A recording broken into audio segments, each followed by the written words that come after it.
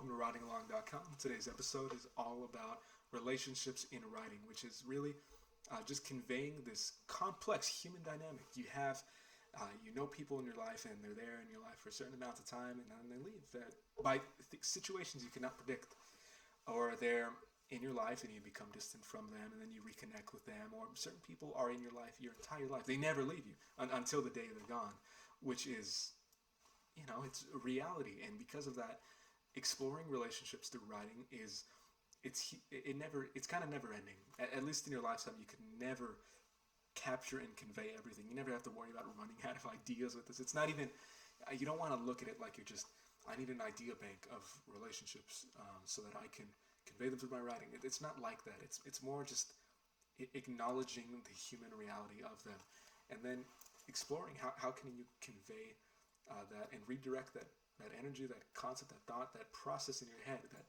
processes relationships, and how do you connect that wiring to your writing.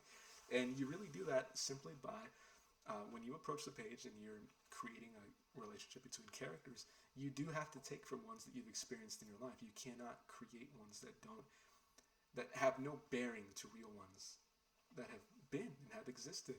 And that's why, again, powerful writing, it sees that and acknowledges that you're not there's a lot of stuff is inspired, pulling from nothing and creating something. No, you're imbuing that which is already given to you and is already in you. And this doesn't mean that the relationship dynamics have to directly reflect what you've actually experienced. And you don't need this huge variety either. You might be thinking, David, I don't know that many people. Like, I haven't known that many people in my life, or I know too many people. Like, that's another problem. And it's not like a better or worse situation to be in. They're both exactly the same, because the depth of those relationships is heightened or magnified either way, no matter what, into your eyes, into your perspective, into your mind. And that's a very common theme I talk about here, which is it's not that you need more experience in your life before you can write. You can start writing today. Start writing right now. And I want to help you get there, because it is a great place to be. And relationships are going to be a pivotal key part in all of your writing, because it's something people know, it's something people understand, it's something that people can't avoid, and they want to know more about them in their lives. They want to understand them. And how do you understand them? You expose yourself to different situations, and in writing, if you expose people to these kinds of inner link dynamics, these interpersonal events, people are going to start understanding the ones in their own lives. They're going to form their own opinions about these, and that's going to dictate how they see their own. And it's just going to change. It's going to be transformational for you and for others. As a writer, you will experience lots of transformations. You will experience a relationship with writing itself, and through that, you'll be able to convey it powerfully. You might think, you don't have a good relationship to really talk about, to really put in your writing, so therefore you're very limited or stunted. No, writing itself is one. How you see it, how you interact with it. Maybe it's something you can just kind of push away sometimes. It's something you don't acknowledge, then it's something you're in love with, that you want to talk about to people. You want to engage with it. You want to be real with it. You want to exist with it. You want to be a part of your life. And then you don't, because it's a lot of work. Writing itself is, as it relates to you, is complex. It's something you can actually take from too and use and put into characters, not just characters with writing. You don't just want to be writing about writing all the time. You see that on a lot. I'll make a video on this, actually.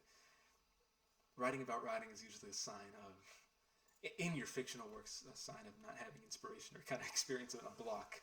And you don't always want to do that, trust me. It's kind of one of my pet peeves sometimes when I see it in TV shows, but I understand it, so it doesn't upset me.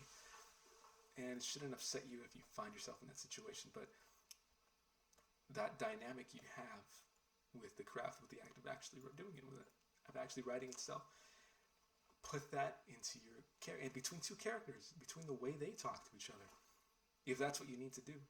And if you can, again, take from other real people that you've known. And don't think anyone is better or worse. You might actually know a lot of people and still find that just using that dynamic you have with writing is actually even more effective. It sometimes is, and that's okay. You just have to find out what's best for you in that moment in the story you're trying to tell. And with that, you'll never run out of ideas. You'll never run out of inspiration. The muse will never go away because you are constantly evolving and growing within it, within them, within others. Too, and it's not just within a scope. You don't need to know 5,000 people before you can tell an effective story. That's not how it works. To convey and communicate real relationships through your writing, you simply just need to take from the ones that you have.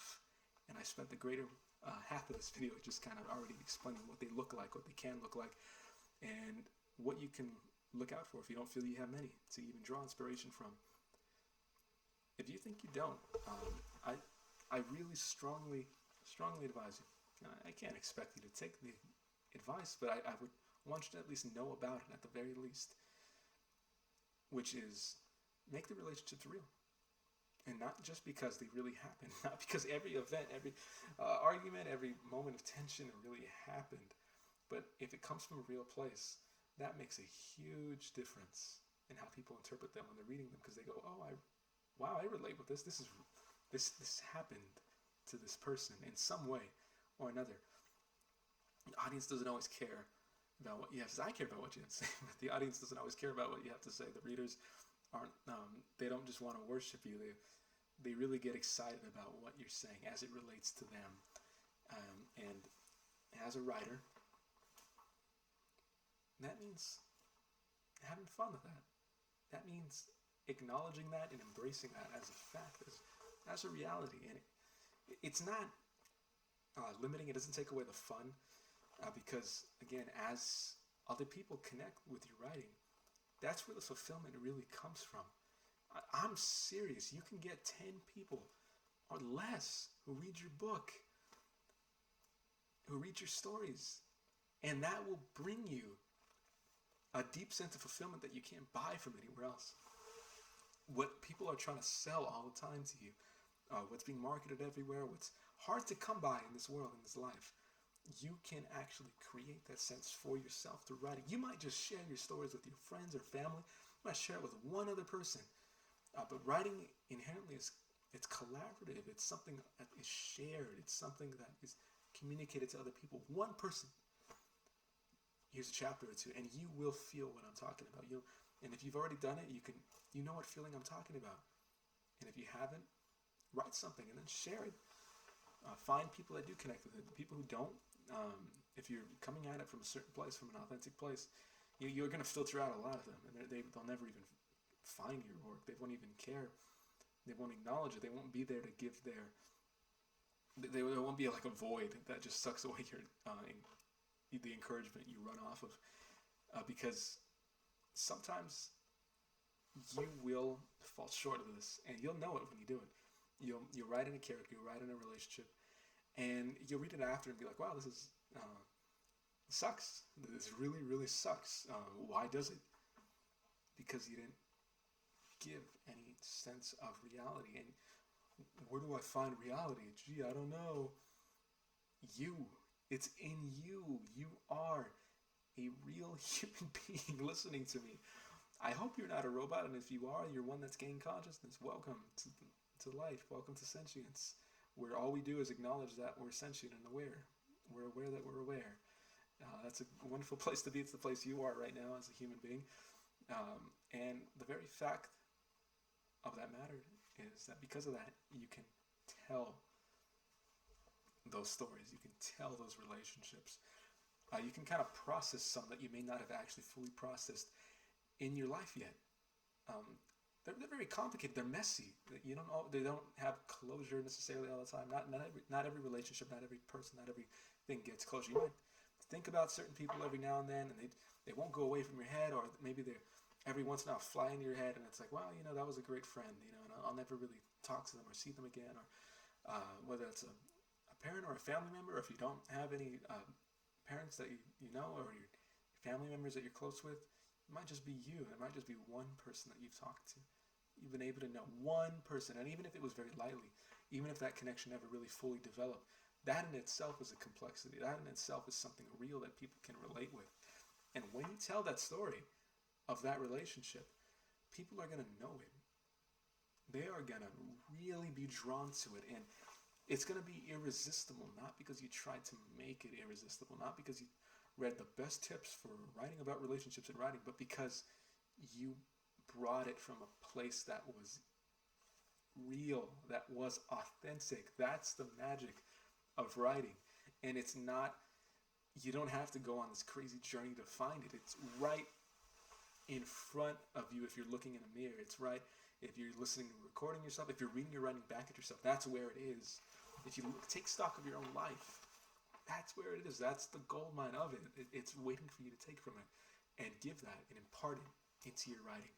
And if you do this with relationships, you're going to find the ones that you write into your stories are going to be really, really impactful. Again, even if these characters are in situations or in places that you've never even been, if you gave any essence of realism from yourself into it, you're breathing life into it. And that's all people really need. That's all people are going to see. They're not going to know everything that went into it. They're not going to know the complex dynamics that it came from yourself. But they're going to acknowledge it and be like, wow, this is something that affects me. That really it's going to influence how they think and how they see. Because they want to understand their relationships too. And you're helping them see by letting them look outwardly into something that you inwardly created. And it won't even be difficult. Just requires, again, kind of taking stock of your own life, looking at yourself, looking into yourself, and taking from there. And you don't have to worry about taking everything, because there's a lot. There is a lot, and it's never ending. It really is. And because of that, you don't have to fear about losing inspiration, fearing that you're going to write about all the relationships you could. No, it never ends. If you're interested in writing a book, check out How to Write a Book in 30 Days. It's a 10-part guide I put on my website, writingalong.com. Grab your copy for completely free. All right, I'll see you around, and thanks for watching today's episode.